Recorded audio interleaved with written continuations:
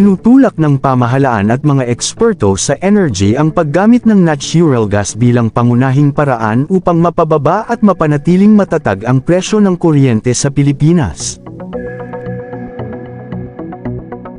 At bago natin ituloy, kung ikaw ay bago pa lang sa aking YouTube channel ay huwag kalimutan mag-subscribe at e-click na rin ang bell icon para lagi kang updated sa mga bago kong upload video. Hinimok ng Petroleum Association of the Philippines (PAP) ang mga kumpanya ng kuryente na gamitin ang lokal na natural gas. Ang layunin ay patatagin at babaan ang singil sa kuryente sa pamamagitan ng paggamit ng sariling likas na yaman ng bansa. Ang historic na pagtuklas ng bagong natural gas sa Malampaya, Malampaya East 1, ay inaasahang makakatulong sa pagpapababa ng presyo.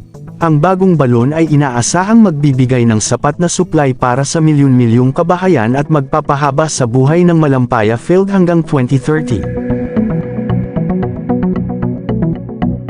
Ang kuryenteng galing sa lokal na natural gas, Malampaya, ay nagkakahalaga lamang ng humigit kumulang 4 na piso at 80 sentimos bawat kilowatt-hour. Sa kabilang banda, ang kuryenteng galing sa imported na liquefied natural gas, LNG, ay nagkakahalaga ng nasa 10 piso at 30 sentimos bawat kilowatt-hour. Ang paggamit ng sariling gas ay makakatipid ng malaki para sa mga consumer.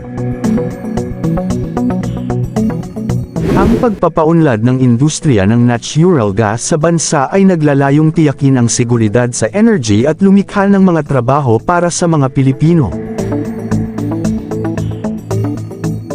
Sa ilalim ng bagong batas na Republic Act 12120, Philippine Natural Gas Industry Development Act, exempted sa VAT, ang pagbebenta ng lokal na natural gas at ang kuryenteng nalilikha mula rito, na direktang makakabawas sa gastos ng mga consumer.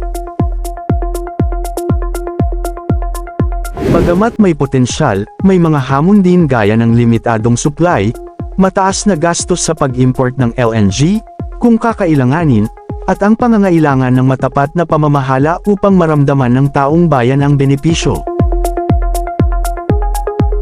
Ang pagtutok sa domestic natural gas sa halip na umasa sa imported na fuel ay nakikita bilang susi upang mabawasan ang mahal na singil sa kuryente sa Pilipinas. Samantala, magtayo man ng bagong refinery ang bansa, mananatiling nakadepende pa rin ang Pilipinas sa imported na crudo.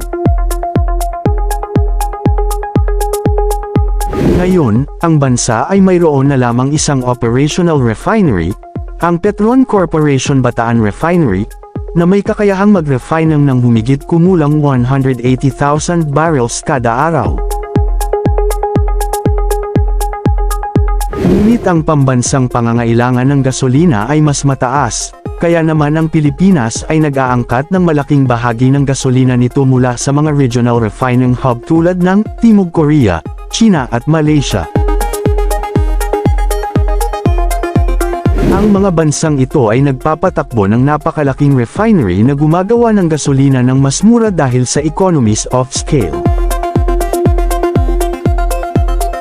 Kahit na magtayo ang Pilipinas ng pangalawang refinery, mananatili pa rin ang pinakamalaking kahinaan, supply ng crudo.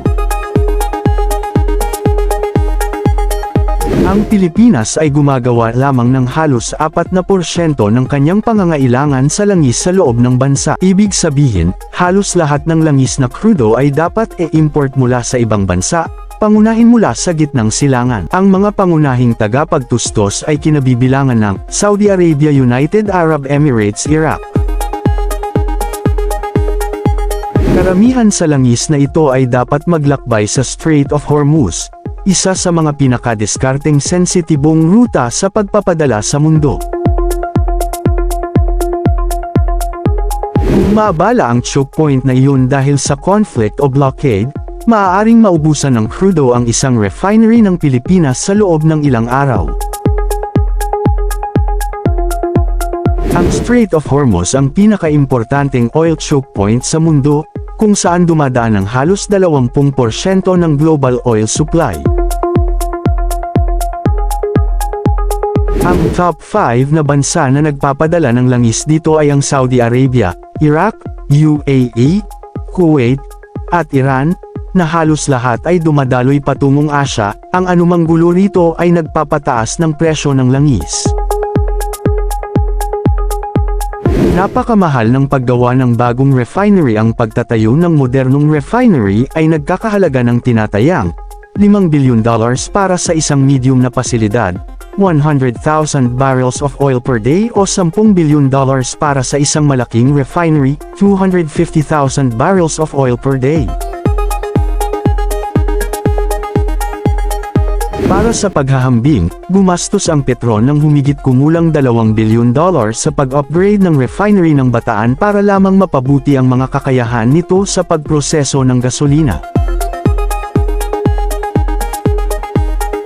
Maaaring makatulong ang isang bagong refinery na pahusayin ang kapasidad sa pagpoproseso ng gasolina, ngunit hindi nito malulutas ang pangunahing isyu, kulang pa rin ang domestic oil reserves ng Pilipinas, kakailanganin pa ring mag-import ng crudo. Ang mga supply chain ay depende pa rin sa mga pandaigdigang ruta ng pagpapadala. Sa madaling salita, pinahuhusay ng isa pang refinery ang kapasidad, ngunit hindi ang pagsasarili sa enerhiya. Sinabi sa isang artikulo na nagsimula na ang International Energy Agency, IEA, sa paglabas ng mahigit 400 milyong bariles ng emergency oil reserves, ang pinakamalaki sa kasaysayan, bilang tugon sa pagkagambala sa supply dulot ng tensyon sa Middle East.